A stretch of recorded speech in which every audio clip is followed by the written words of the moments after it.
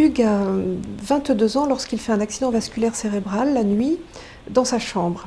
Il se rend compte qu'il est paralysé du bras et de la jambe droite. Il ne peut plus écrire, il est donc agraphique, il est également alexique, mais sa compréhension est de bonne qualité.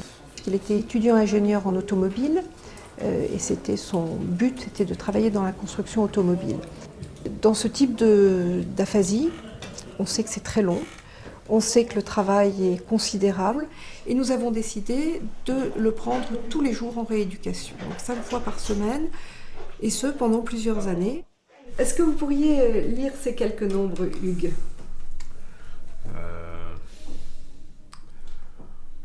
57. Oui.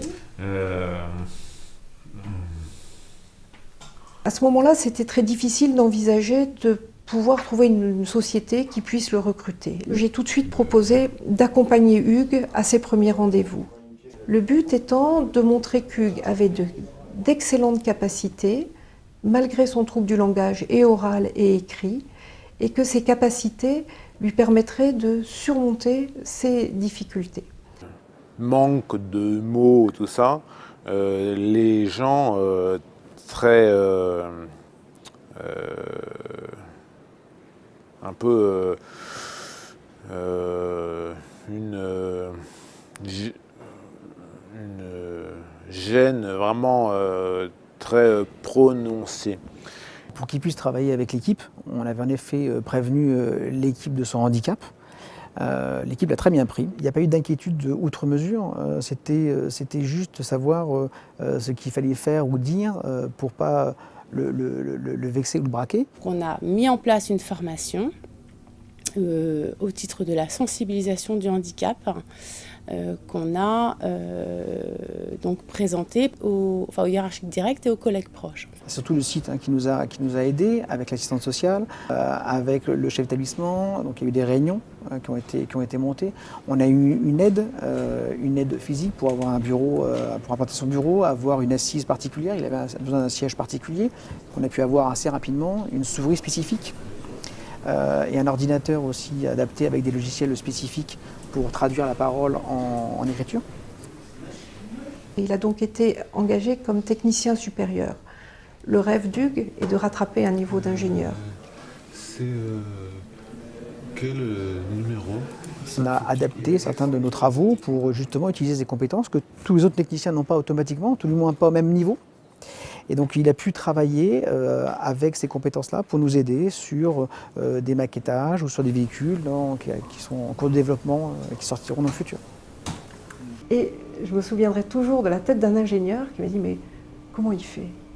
Et alors avec un grand sourire, et puis quelques semaines plus tard, ils m'ont dit « mais écoutez, il n'y a aucun problème. Hugues, on le garde parce que pour la société, il est vraiment important. »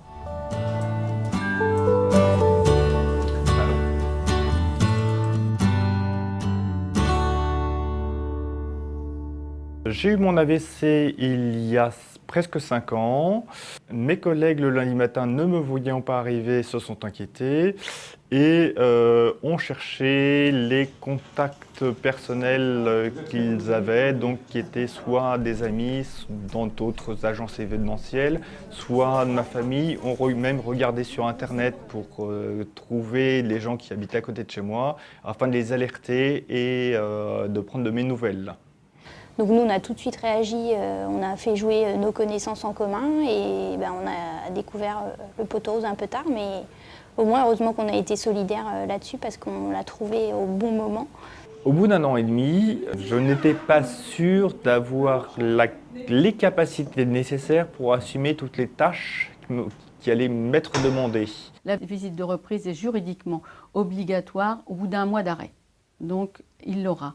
Par contre, ce que nous conseillons très fortement, c'est la visite de pré-reprise, qui n'est pas obligatoire, mais qui a beaucoup d'intérêt pour le salarié qui va reprendre, puisque ça va permettre de revoir toute son histoire, d'évaluer au mieux ses capacités et de pouvoir proposer des aménagements du poste de travail, soit en temps, soit sur le plan ergonomique, soit sur le plan même fonctionnel.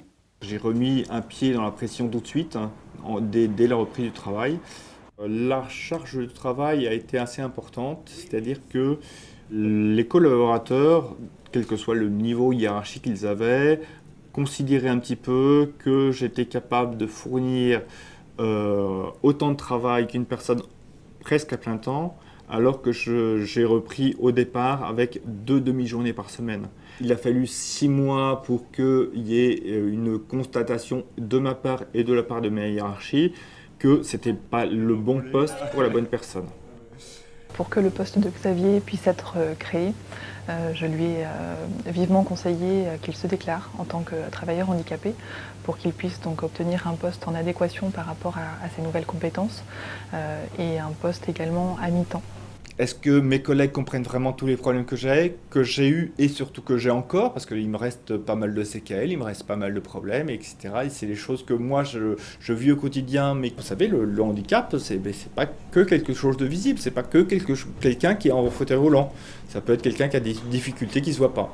Aujourd'hui, j'ai pas besoin d'adaptation de poste particulière, mais j'ai plutôt une adaptation, non pas de poste physique, mais une adaptation de poste, on va dire, en général. Et quand ma direction ou les RH ou autres sont pas très à l'écoute de ça, je sais que je peux compter sur la mission du CAP pour en remettre une couche. Et on a, je pense, aujourd'hui répondu au plus juste par rapport à ses attentes et à ses besoins.